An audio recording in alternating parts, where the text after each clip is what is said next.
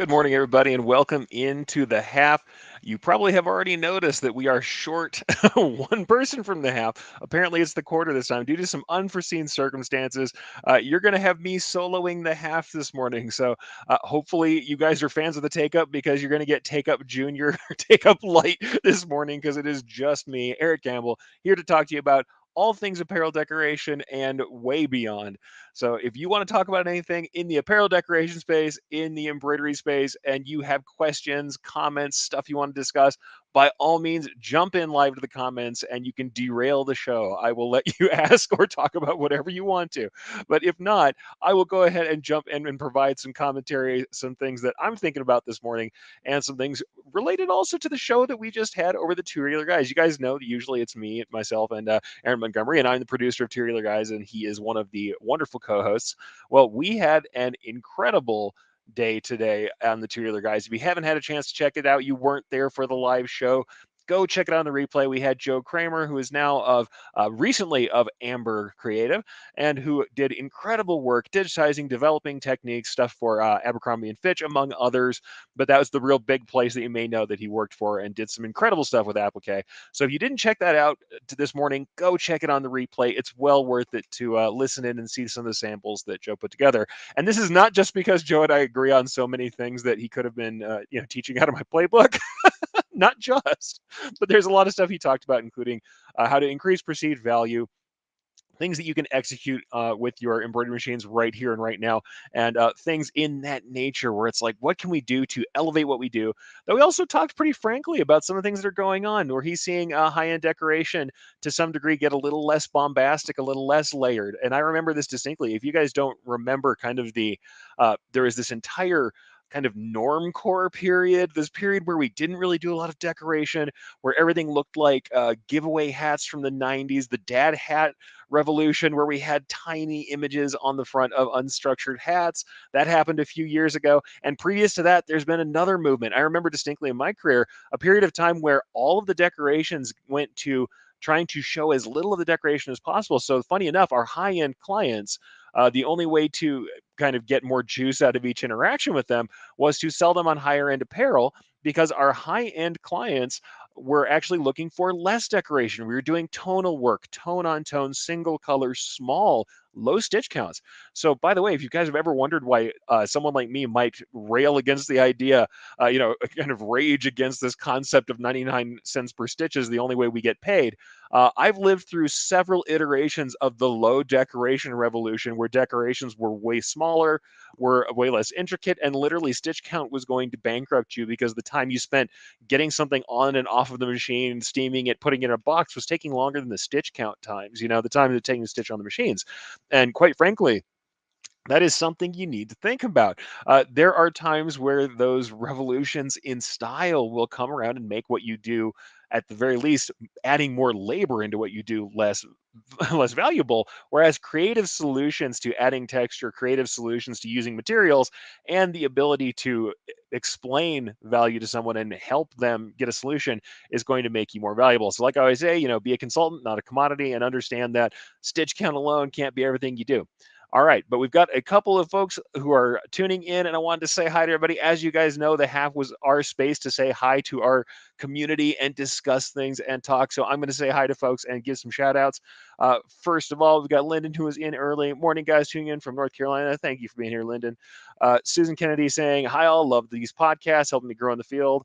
And she's got some questions about getting someone to help her with patches. If you know anything that can help her, jump in the comments and answer Susan about that. If you're someone who can get to a large order of patches this month. Ramona is saying good morning. Good morning, Ramona. Frank says, good afternoon, all. Good afternoon, Frank. And thank you, as always, for being a big part of the community and sharing and helping in your own groups. Frank is among some of the best at getting people this information and helping them learn. And that's something he does at his own cost. So that's something awesome. Great thing we've learned also from Joe today, because Joe is all about sharing. The people who I find who are influential, who have a voice in this industry, who are consistently out in front of everybody, what's the one thing that binds all of them together? And I like to believe that I'm on this, at least on this page with those folks, is that they give freely of the things they know and they think about legacy. What are we going to leave behind for the decorators that come after us and the new decorators who are coming into the industry? And that is the chief thing I think that we think about. And I think that's something that was really valuable about what Joe said today. He was on it, sharing everything. So it was really great. Ramona's going to go watch again. Yeah, it's a good one for sure. Get that on replay squad, folks. And good morning. And we have Jeff also coming in. Jeff Fuller Embroidery Works. Good morning. Adelina is in. Hello. I'm assuming that's you, Todd, Facebook user, my friend. Yo, what's up? Good to have you in. Justin Armena, Jay Deciding is here, Jeff and Adam. So Adam of BJJHats.com is here as well as Jeff of Fuller Embroidery Works. See, I'm trying to shout everybody out. That's what we do on the half. We support. All right. Ramona says, lots of what I have heard before from our own local personal mentor and instructor. Yeah, like I said, Joe Kramer and I have a lot in common as far as how we think about decoration and how we think about embroidery.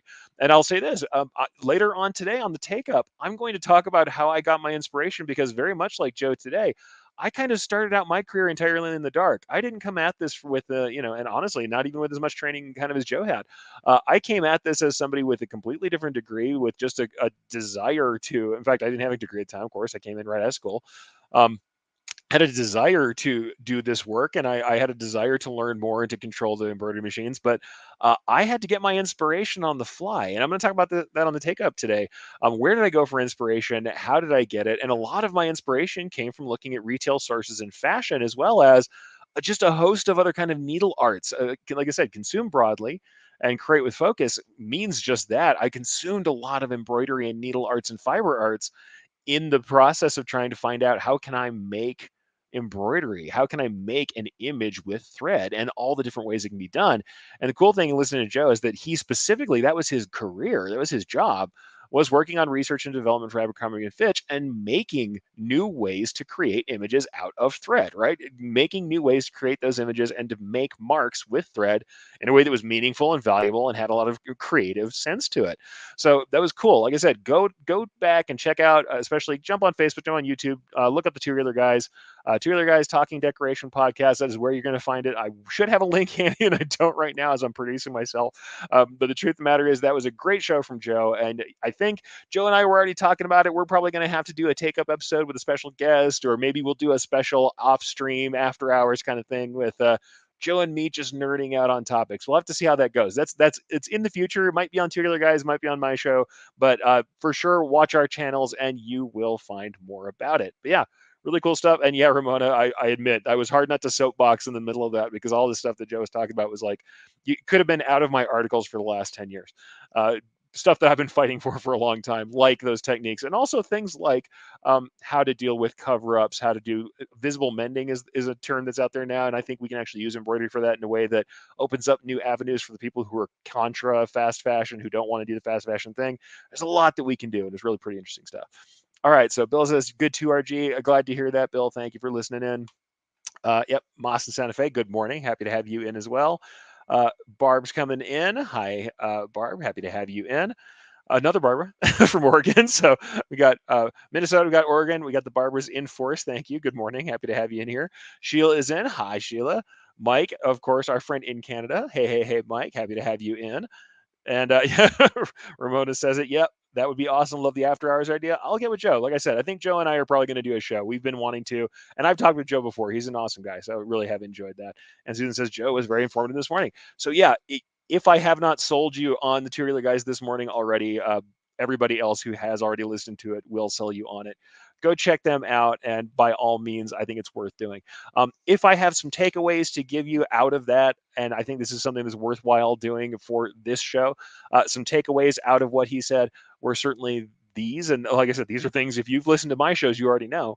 Number one, perceived value is huge.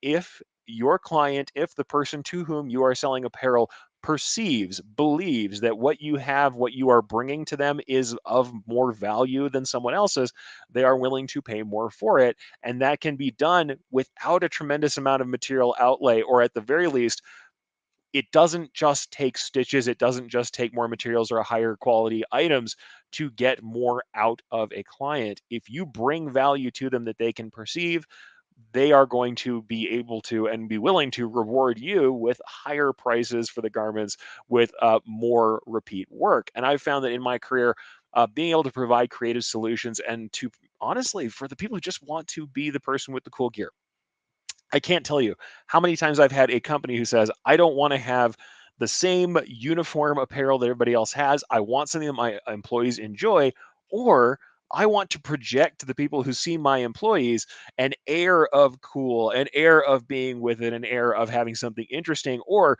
a design that is somehow related materially to what we do. Let's say you work with upholstery, you're somebody who does cool classic cars, doing a jacket back that has an inset vinyl applique that looks like upholstery is going to be of incredible value to them, even though it's a little more set up on your side. You may be charging, 5x, which you would for the same stitch count with a different kind of applique in standard tackle twill.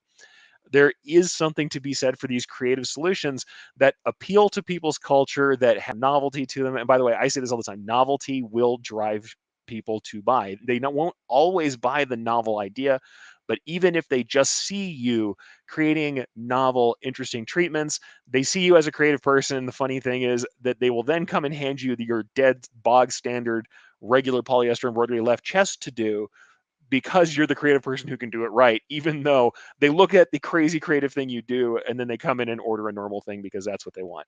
It is something very useful to know. So perceived value, increasing perceived value is worthwhile. And I think that it's fair to say, if you're looking for the right markets, if you target it correctly, and that's another thing that Joe talked about today, if you target it correctly to the kind of people who are going to see that value in it, and if you look at who you are selling to and find the cultural touchstones, the things that make sense to them, that align with who they want to be, what they want to project, or what's important to them, and mix that into the way you do your work, you're going to be worth more. And even if there is more material outlay, even if there is investment in that, frankly, it's not always a lot of investment. There are lots of things we can do with embroidery that don't take much more work than our existing embroidery that we do now. Sometimes it's literally a material swap. Joe showed using a thicker wool blend thread, and that is a small digitizing change and a little bit more cleanup on the machines. And you can make some fairly interesting treatments without really redoing everything you do, or using things like different stitch types, whip stitch types, bean stitches instead of straight stitches, where we can emulate handwork. And you guys have seen me teach on that several times. We can emulate different kinds of embroidery and mark making with thread without going into a crazy level of expense or difficulty, and bring something that looks very new without changing our process as embroiderers very much. So really cool stuff, right? Really cool stuff. And I think it's worthwhile. If I take something away from it, it is that perceived value. It is that we can add to what our clients perceive out of us, and we can bring something that actually does have some marketable value to them because they're going to get more impressions. That's something actually Jeremy Picker of Amber Creative, Jeremy said in the comments, is that one of the great things about doing high-end decoration or interesting treatments is that people are more likely to wear it more often, which means as a promotional item, if we think about this as marketing, as a promotional product, the number of impressions, the number of times your logo is seen will increase the more someone wears it.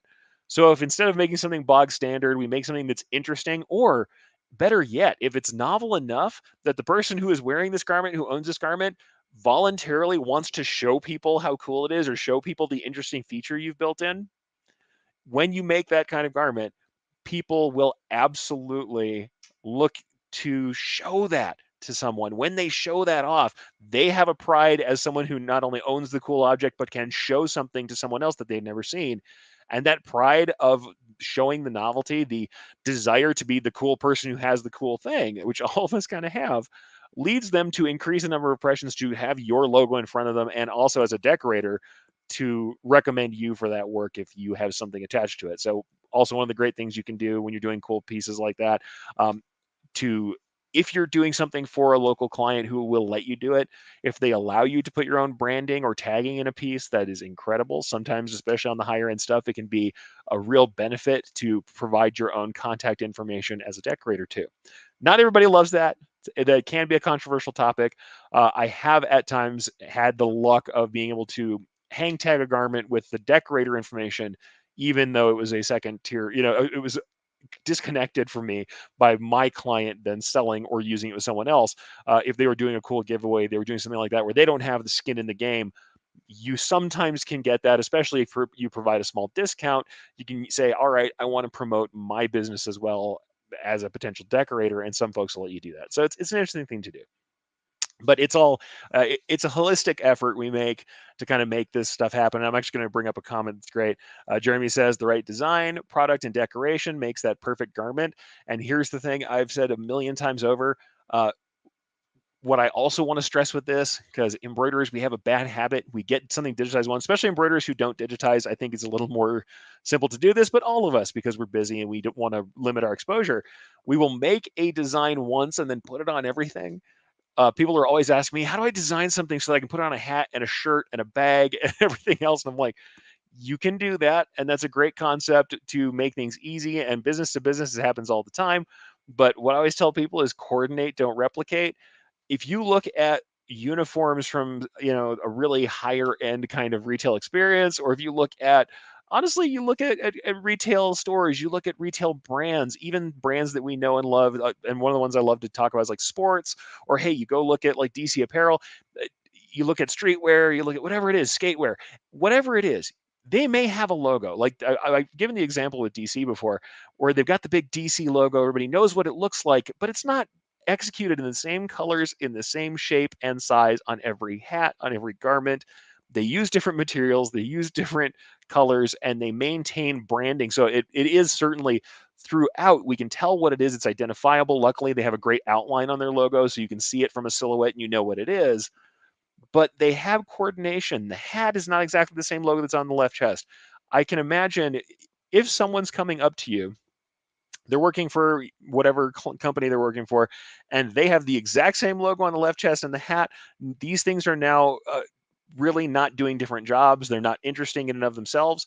If you have some portion of your logo, like you've got a monogram out of the logo, you've got a device, whatever design is part of a logo type that's now on the hat. Let's say we had some graphical device that then is accompanied with some text. Well, we have the full logo type with the text on the left chest. We have just the logo on the hat, maybe text over the back.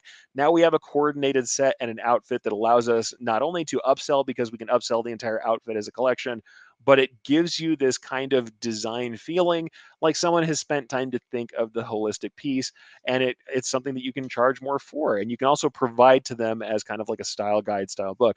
But also, even on individual garments, I gotta say, Jerry's right here, you bring the design to it, and the design and the garment should go together. It also means that though sometimes over the years a company will just want same logo on everything, if you get a company that wants something creative and interesting, it's great to be able to provide variations for their logo that are taking the garment in mind. They are making the garment and the season and the particular season the company is in every year when they come back to you in mind, so that they have a series of interesting things that's a history of their progression. I think it's really awesome to see. So I love that stuff.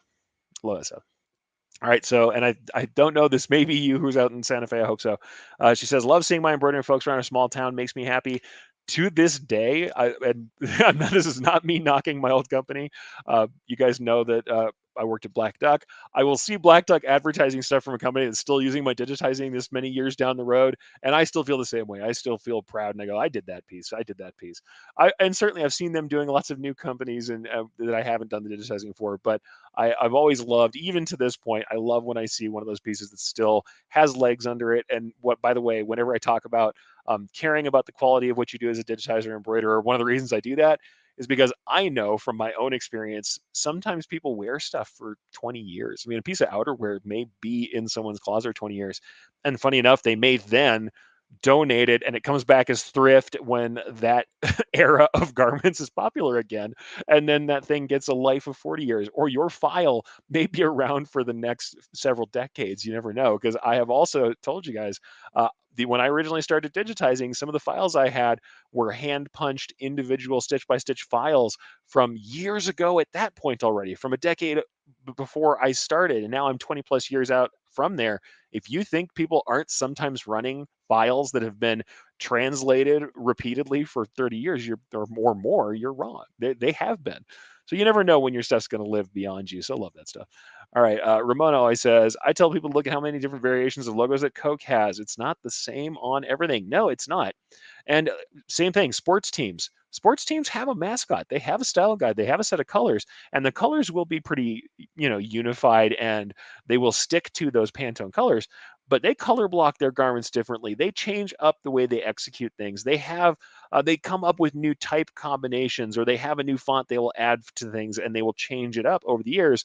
And if you look at the stuff that they're doing as far as fan gear, yes, it's in the same colors. Yes, the logo may appear or the mascot may appear, but look at all the treatments. Look at all the different materials they use.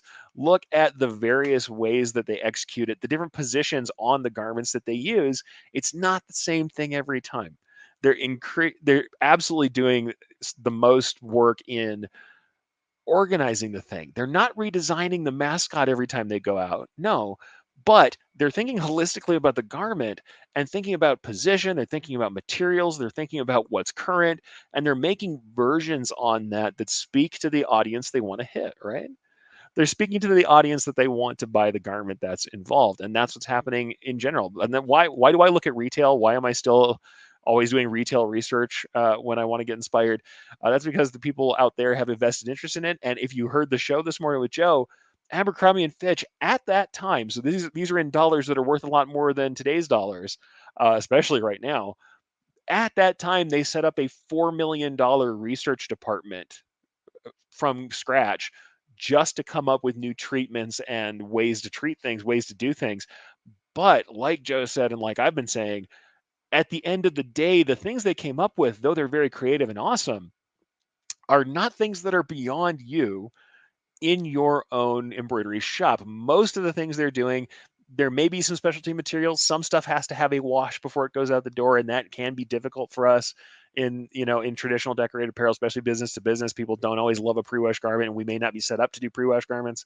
Some of those treatments are like that, but there's a ton of decoration treatments that are out there in the retail space that are not beyond us, and we can get inspired by them. I'm not saying go knock off your local, Hollister or Abercrombie and Fitch or American Eagle place. Don't go over there and just knock off the first design you see, but you can take hints about color palettes, about materials that are being used, about decoration placement, stuff like that. I'm going to talk about that today. So tune back into the take up this afternoon if you want to hear more about that. I'm going to talk about getting inspired and where I got that from, and a little bit about how to select stitch types and things like that too, to a degree.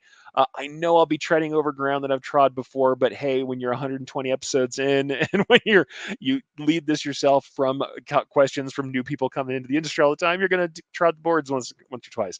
The thing that'll be interesting in this one is I'm going to tell personal stories about how I got inspired, and honestly, in a semi pre-internet age, or at the very least in an age where the internet as it is now wasn't there. And then I'll talk about what's so much different now. But yeah, it's something to think about, folks. If you want to create higher value, and honestly, if you want to extract higher value, you want to get paid more per piece, one of the best things you can do is think about the perception of value, and that's of your entire business.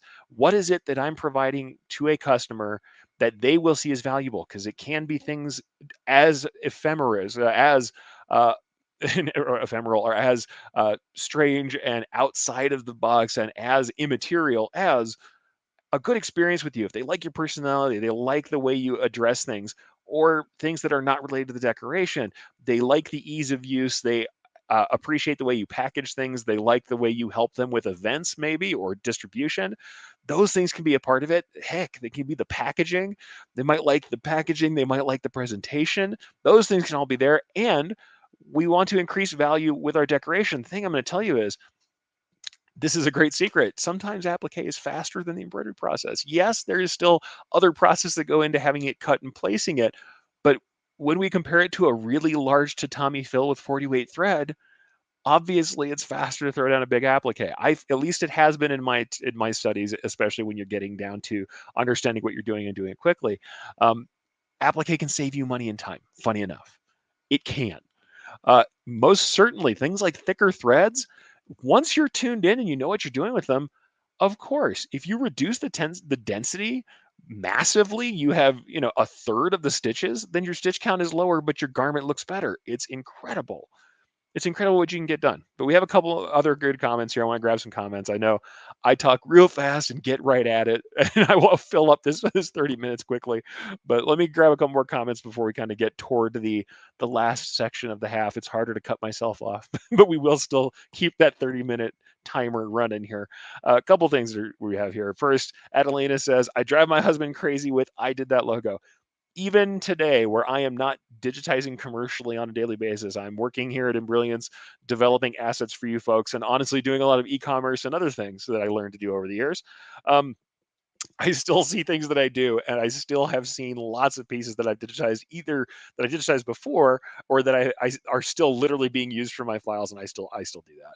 And when I was currently digitizing every day, where I was kicking out multiple logos, sometimes 10 logos in a day, absolutely I was telling everybody about which thing I looked at.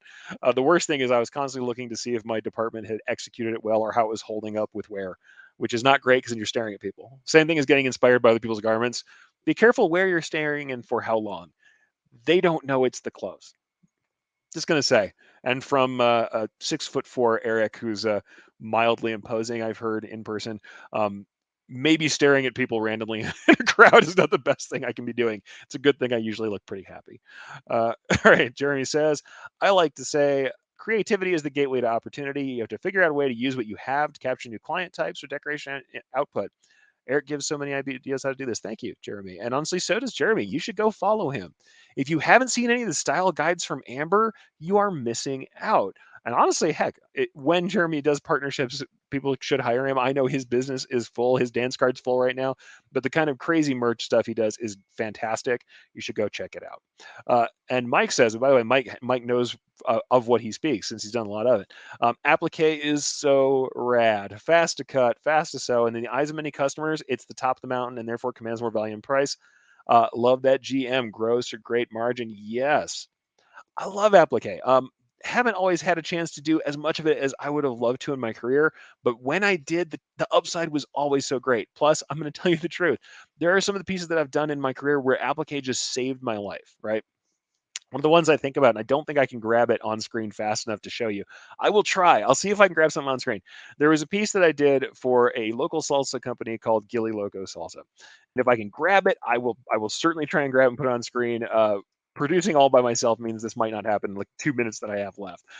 But we had to do a jacket back very quickly.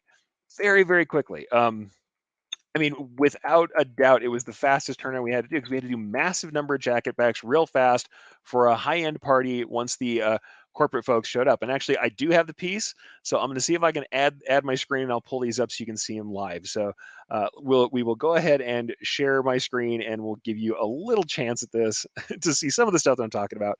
So I'll add this to the stream. This is the Gilly Loco piece, and I've actually got zoomed in pieces. Here's the whole thing. Gilly Loco applique. We had to provide these for a business party that was going on with a bunch of investors, and we had to do it very quick. And I had to do this in a day. I had to go from nothing in a day to these.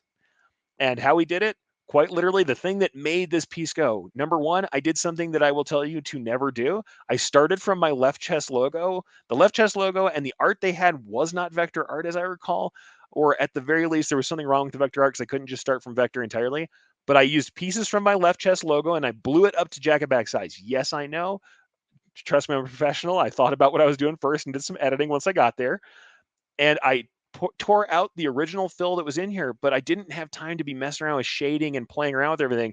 The shading that was already there, in fact, these stripes on the back were, and you can see some of the shading. There's some shadow work that's still in here, but the stripes were feathered in a better way, and there was better shading in the original piece, but they just weren't sized right for what we could do. And trying to redo all the shading and stuff that was going to have to be done, the layers for the jacket pack wasn't an option. So I did some interesting textures in the fills.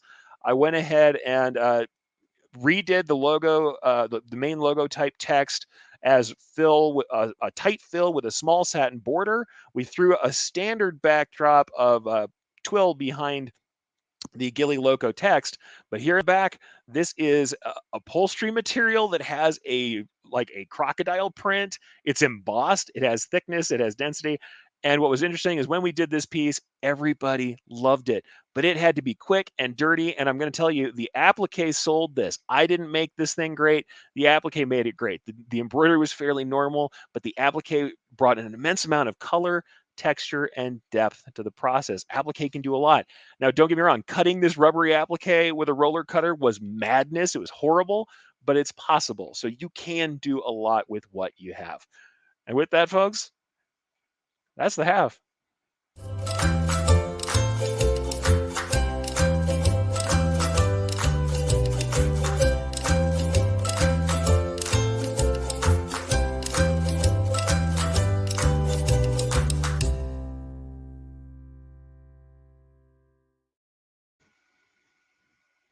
I think I might really talk a little fast. Sorry, folks. Catch you next week.